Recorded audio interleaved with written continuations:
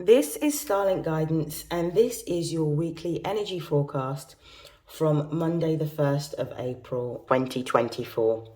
Firstly, I'd like to say happy spring to all of you. Once again, it's spring in the Northern Hemisphere. I'd like to also say a happy birthday to all of you that are celebrating your birthday in Aries season.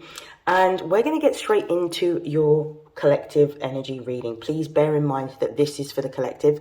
So this is meant to be a general reading. In terms of what we can expect, the first half of this reading is going to be devoted to discussing the important astrological transits of the week.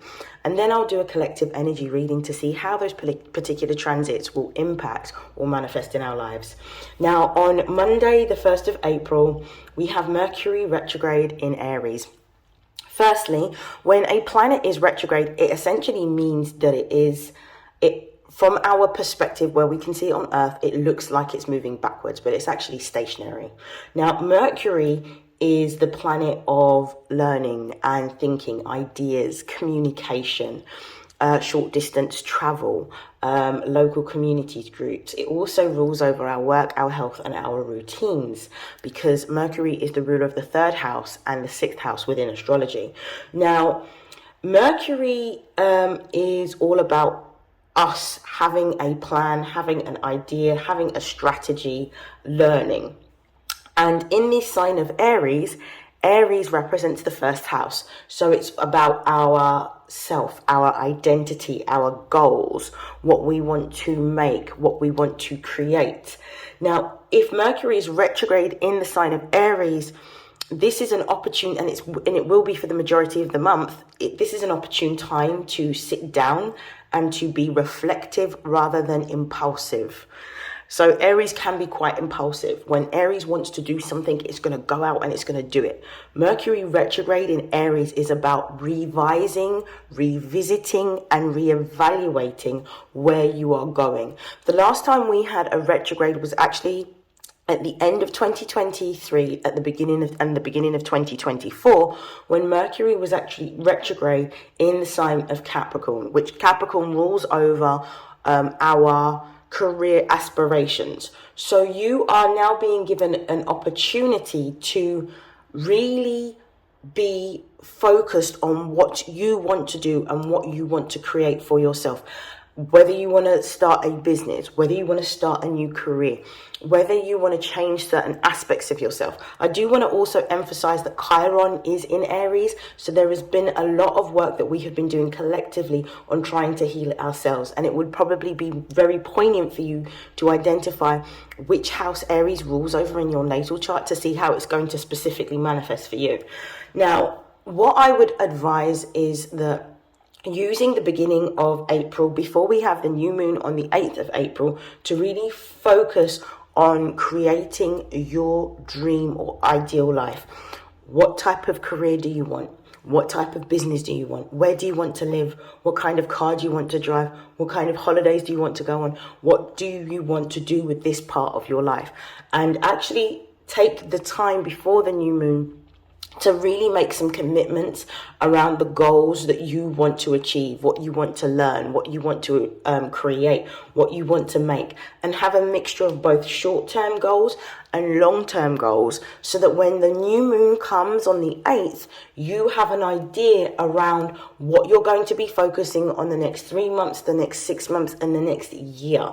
And you can then use the lunation cycles to be able to build this sort of time period with Mercury being retrograde in Aries is really about you sitting with your idea, creating a plan and creating a strategy. It's not a time for execution.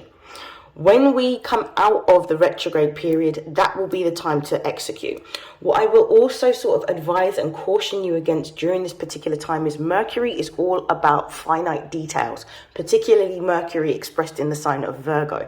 But Mercury is about finite details, and Aries can be impulsive. Be mindful of any agreements that you make during this time. Make sure that you understand what your obligations are, and if you have any contracts that you are presented with, I would double check and triple check and go through everything with a fine-tooth comb so you understand what it is that you are agreeing to.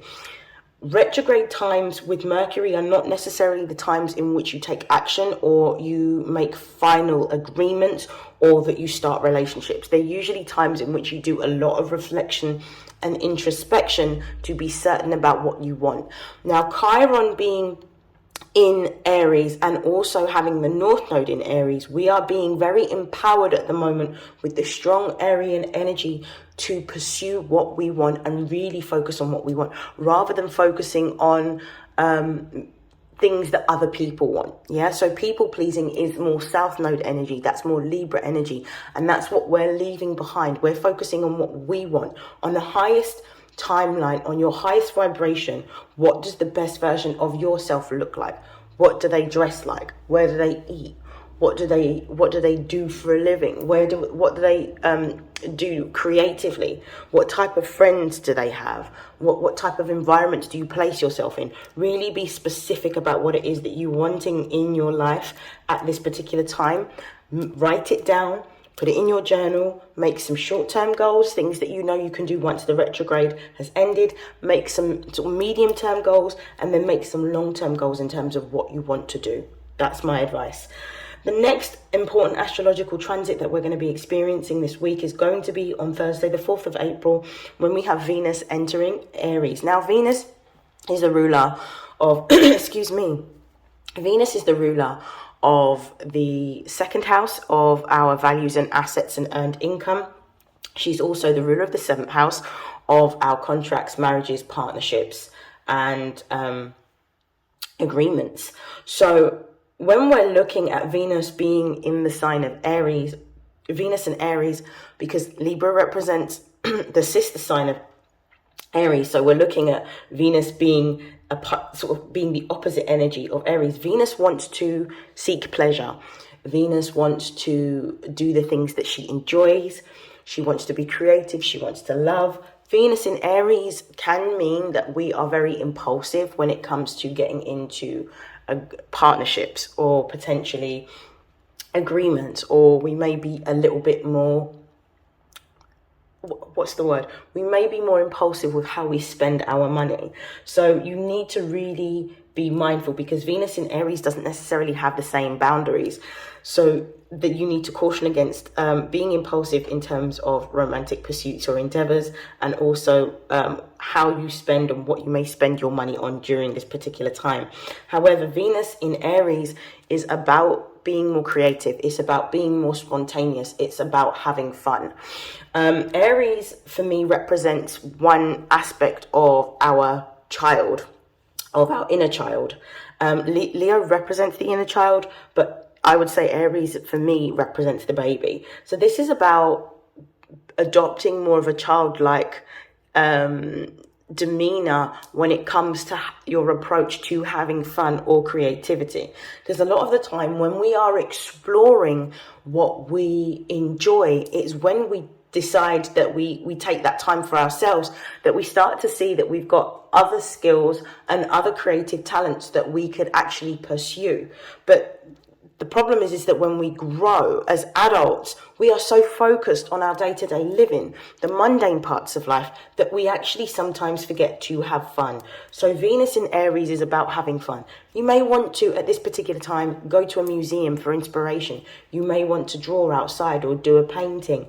You may want to take up an art class or a music class or a dance class.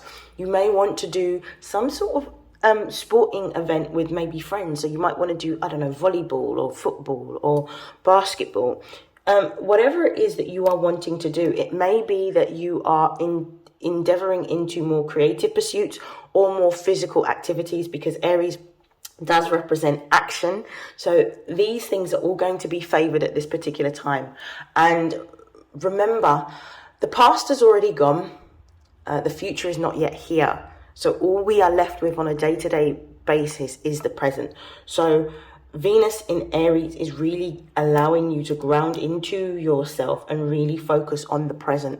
So try to find some activities that you can explore, particularly with Mercury being retrograde in the sign of Aries, that helps to reawaken a different sort of aspect of who you are. We are who we are, but we're not determined by what we do, in the sense of our jobs don't become our identity. So outside of the role that you play within your career, who are you? What do you do? What do you enjoy? And I feel like Venus within Aries is going to give you that time to be able to go on a journey of self-expression and discovery of talents that you've probably had for years but have laid dormant, or things that you weren't even aware of that you could do. Right, I'm going to begin now with the collective weekly energy forecast. So I'm just going to begin by shuffling my cards. Bear with me. I'm going to be using my Astro Oracle deck to commence the reading for us for this week.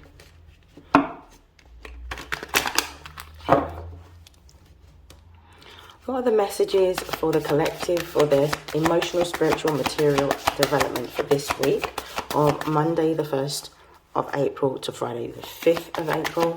What are the most important messages for their emotional, spiritual and material development? Okay, so we've got square.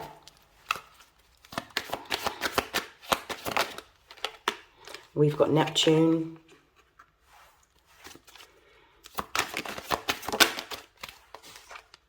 We have Pisces. Ooh. Let me take one more. Okay. I'm going to put these down. So we've got square, we have Neptune, we have Pisces, and we also have the 10th house. There is a lot of, okay. The focus here this week, just by me looking at this, is really about you overcoming any types of limitations that you have on what you can achieve within your 10th house sector, what you can build for yourself and what you can create within either your career or within your business. So this is about, on the highest expression of yourself, what is it that you would want to achieve if money wasn't an option, if time wasn't an option, if you didn't have any limitations. What would you build or create for yourself within your business or within your career sector? What would you do? We've got Mercury at the base of the deck, which I think is quite important. So Mercury is all about learning. It's all about thinking. It's all about ideas. This is about understanding that in order for you to move forward, you need to first have an idea that you are willing to work on. Out of all of the ideas that you may have had between late December, early January, even up till now, are the ideas that you created during that time for what you want to achieve within your career, are they still in alignment with who you have become? Number one. Number two, have you taken any action towards those particular ideas? What are the next steps in being able to make this idea come to fruition? So this is about you revising ideas, revising plans. It may be that you are looking at how you can create a business for yourself online. Some of you, with the Neptune, Pisces and the 10th house being here, may be looking at either, creating a new career with regards to music, because Pisces rules over music. Neptune is the ruling planet of Pisces. Some of you may be wanting to get into the entertainment industry.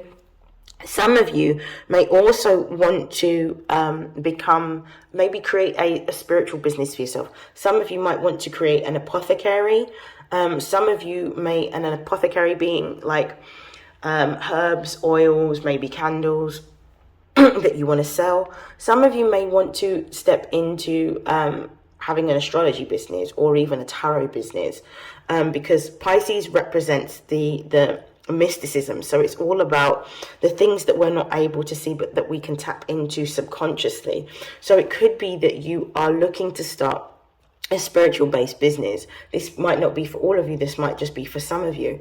For some of you, you might be wanting to create a business based on art, but you are being advised to make a plan, step by step, and have goals and milestones that you set for yourself, as well as deadlines to achieve these particular goals, and making sure that every single day, because we've got the bees here, the worker bees, that you are taking steps towards your dreams. So this is really about sitting down and creating a plan and writing down all of the ideas that you have with deadlines that you can easily achieve after we come out of the Mercury retrograde period. Now, at the beginning of the reading, which is quite important, we've got the square card, which represents some sort of challenge. Now, I don't necessarily believe that this is a challenge. Some of you may be feeling quite frustrated because of the fact that some of you have taken steps towards creating this new business or this new dream career for yourself, but you've been experiencing delays. Delays from the universe are usually little signs that we need to sit down and really rethink what we are doing or how we are doing it. There may be something that we, in the impulsive nature of humans, in wanting to get things done, there may have been small details that you have missed, or things that you may not have considered when you initially had this idea. So when you conceive this idea, there may have been things that you have missed. This is the time to really go over what it is that you have missed. There is definitely something that you may not be seeing, because Neptune, even though it's the ruler of Pisces, it rules over not only dreams but illusions. What is it that you're not able to see that you need to revisit in order to create a solution for it? So this is what you are wanting to spend this week really focusing on. What are my goals? What are my dreams? How am I going to achieve it? What are the practical action steps that I can take? Let me put some dates by them so that I can see that every single day I'm contributing towards these milestones that I have to have this bigger goal. Yeah, we don't start off with just the dream. There has to be steps in between to making the dream a reality. I'm going to pull some cards to clarify using the tarot deck, so bear with me. We're going to clarify square. Why is square here for the collective? We have the Seven of Wands. I'm going to just move this deck out of the way. Clarify the Seven of Wands, please. We've got the Ace of Cups reversed. Clarify Neptune, please. We have the Seven of Cups. Clarify the Seven of Cups. We have the Empress. Clarify Pisces.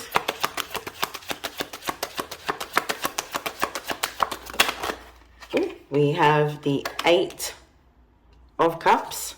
Clarify the Eight of Cups.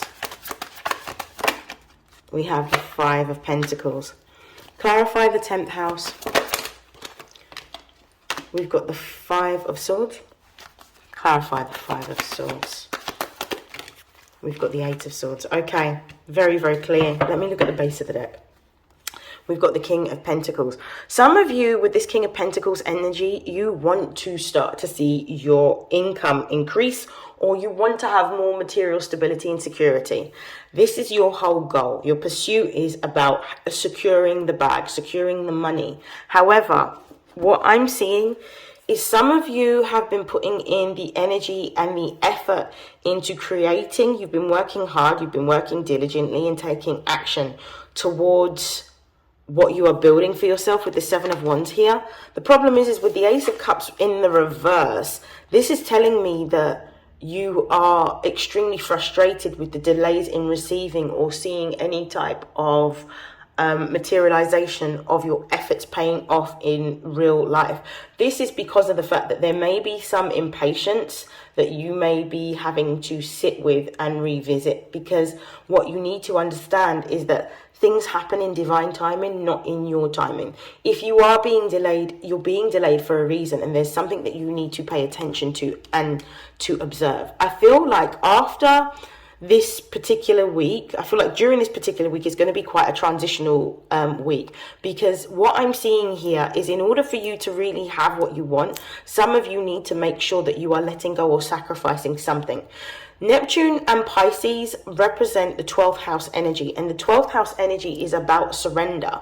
So I am going to talk about it in just a moment, but the 7 of Cups here is there's going to be a lot of temptations that are coming towards you with this Venus in Scorpio energy. There are going to be multiple offers. You need to stand firm with the Empress energy here and not just be focused on how much you're going to earn or what the money is or what the monetary offers may be. You need to understand that these potential offers may essentially dissuade you from pursuing what it is that you have as a dream, because the offers may be seeming too good to be true. So if you are being given a number of different opportunities this week and some of them seem too good to be true, with the Mercury energy, I would really focus on the details before saying yes to anything. I would definitely revise the contract, revise the terms and conditions before you agree to anything. And with the Empress being at the base of the deck, which is also Venus energy, Taurus energy is how I like to see it. This is about being patient. This is about understanding that your energy is going to attract different opportunities, but you are also confident that in your ability to attract opportunities, the right opportunity will present itself. And not every opportunity is going to be for your best or highest vibrational good. So this is about really standing firm on your values and really sticking to what it is that you want. And if these opportunities that are presented are not in alignment with what you have set out as your non-negotiables for your business or for your career, then it's about understanding that you need to say no. Now, with the 8th house here, we've got the energy of Saturn in Pisces with the 8 of Cups. And we've also got the 5 of Pentacles here as well. This is very interesting. This is telling me that there is something that you need to move away from or walk away from. It's almost like for you to have what you want, there needs to be something that is relinquished. It's almost like an energetic exchange. In order to have what you desire, you need to be willing to walk into a new direction and actually go through this transition. You may be, with this Empress energy, be quite comfortable, but there is no growth in comfort. So you need to experience a little bit of discomfort in order to have the growth that you want. Are you willing to do that is the question. Are you willing to do what you've never done before in order to have new opportunities, or are you going to choose to do what it is that you have always done in order to have the exact same outcome or the same result? Saturn in Pisces is, you know what it is that you need to let go of and you need to release and leave behind. It's about you making that change for yourself and understanding that just because you are going through a change or a transition, it doesn't mean that it's always going to be something that is negative or something that is bad. Yes, it might be uncomfortable, but it might be a temporary discomfort in order for you to enjoy permanent comfort in pursuing your dream goal, your dream career, or your dream business. It's almost how much do you want your dreams? How far or how willing are you to explore your dreams and leave behind your old life to pursue this new life? What I'm also getting as well with this 10th house energy, we've got the 5 of Swords with the 8 of Swords. There may be some negative or self-sabotaging thoughts that you are having and some limitations, because things haven't necessarily worked out the way you want them to work out. But essentially, these are all the illusions of your mind that is keeping you in a stagnant position. What you are learning from this experience, especially because you're having to exercise patience, you're having to actually have a plan, and you're having to create deadlines according to that plan, is you're learning that it's not going to come to you easily and not without effort, but it doesn't necessarily mean that it won't happen. Some of you are at the moment maybe doubting your ability to be able to move forward. There may be, for some of you with this 5 of Swords over the 10th house, there may be a conflict in your mind that's happening, which is keeping you entrapped and keeping you from moving forward.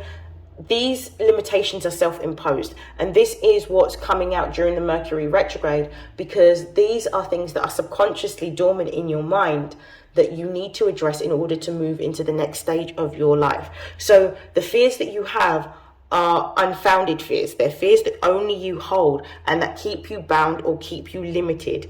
This is really a battle of wills to see how much you desire what it is that you want, but also this is a massive test of faith to see if you really believe in your own ability to create the life that you desire. I'm going to pull some cards of advice, and then I will begin with closing out your reading. I'm just going to shuffle this deck. Cards of advice for the collective. Cards of advice for the collective. What is it that they need to know for this week to assist them? Okay.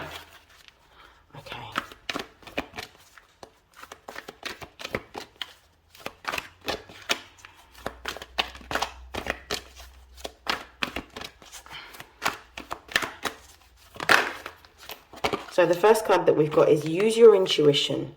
Listen to the signs, the symbols, and the synchronicities that you may see through maybe a song on the radio, certain times that you may see certain symbols and of numbers, or certain animals that you see around you.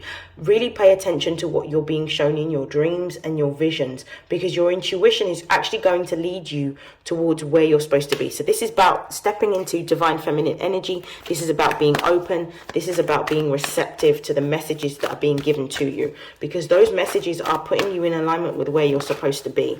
But you can only be in alignment if you are willing to follow the intuitive downloads that you are being given at this time. We've got memories of love. So this is about really revisiting what you were like in your childlike state. What is it that you enjoy doing? What is it that you took pleasure in? What is it that you love to make or create or to participate in? You are being given an opportunity to explore a different side of yourself with these delays, because actually in having that time of adventure and self-discovery, you may decide that the plan that you created for yourself towards the end of December, beginning of January, may no longer suit the person that you have become. Because and any one day we are not the same person. We are changing at a very rapid rate every single day. So this is about you actually taking the time to explore what it is that you enjoyed. This is about also stepping into a consciousness that allows you to see things from a different perspective. And from you seeing things from a different perspective and really analyzing those types of activities that you used to engage in, you're going to realize that there is a different way of you being able to execute. There may be a different goal that you are looking to focus on moving forward. So take that time this week so you can be certain of what it is that you want to take action on once this retrograde energy ends. We've also got we've got spiritual union, which is kind of like the Two of Cups energy in the tarot. This is about co-creating. The way I'm seeing this is about you tapping into your higher self and co-creating with spirit. This is about you actually using the intuitive guidance, moving from a heart-centered perspective towards what you're being shown that is your sort of I don't want to say the word destiny, but in terms of what you're fated to do in this particular lifetime. So this is about you merging and aligning with spirit and spirit's ideals and taking actions based on what you feel. This is really about paying very close attention whilst you're slowing yourself down to not overthink. This is about being in the present moment and paying close attention to what it is that makes you feel good and the things that you enjoy. Right, we've got 7 here. This for me is like the 7 of Cups energy. And the message here is choose wisely. Do not make any impulsive decisions. You may be tempted to make impulsive decisions, but you are being told to choose wisely. Sit by a body of water. Listen to your intuition. Sleep on it if you have to. Don't say yes until you are certain about the details of what's being offered to you. Look over the contract with a finite tooth comb and really be willing to unpick it and really be focused on saying, does this suit me? Does this live up to the ideals or the expectations and the non-negotiables that I have set for myself? And be willing to walk away from anything that doesn't give you your yes. Be willing to walk away from anything that doesn't serve you or doesn't suit what it is that you want. Because when we start to accept what it is that it's not all of what we want, but it's some of what we want, we end up compromising. And we're sending out this energy to the universe that this is what we want. So therefore, what we're doing is blocking our own blessings in delaying ourselves from having what we want because we settled. And settling is something that you would see happen in sort of South Node Libra energy. Aries energy is about, no, it's not what I want. I'm not going for it. I'm going to hold fast and believe that I can build or achieve or create this new business, this new career, this new goal that I have, and I'm not going to say yes to anything that is not in alignment with what I want. So that is the advice. Let me just look at the base of the deck energy. The base of the deck is moving on. This is like 6 of Swords energy. You are going to be moving in a new direction. You are going to be moving away from a time that may have felt quite turbulent, fast-paced, a little bit unsettling because it's bringing you out of your comfort zone. But you are going to land where you're supposed to. You are going to be moving in alignment with your divine life purpose and your divine life goal. But you need to ensure that you follow this advice and follow the steps, and making sure that when you make decisions, how does it feel? Does it feel good within your body? Because when you pay attention to what your body is telling you when you make decisions, you will know when it's the right choice for you or the wrong choice for you. I'm going to stop your reading here. I hope you have an amazing first week of April, and I will see you in next week's weekly energy forecast. Take care. Have a great week. Bye.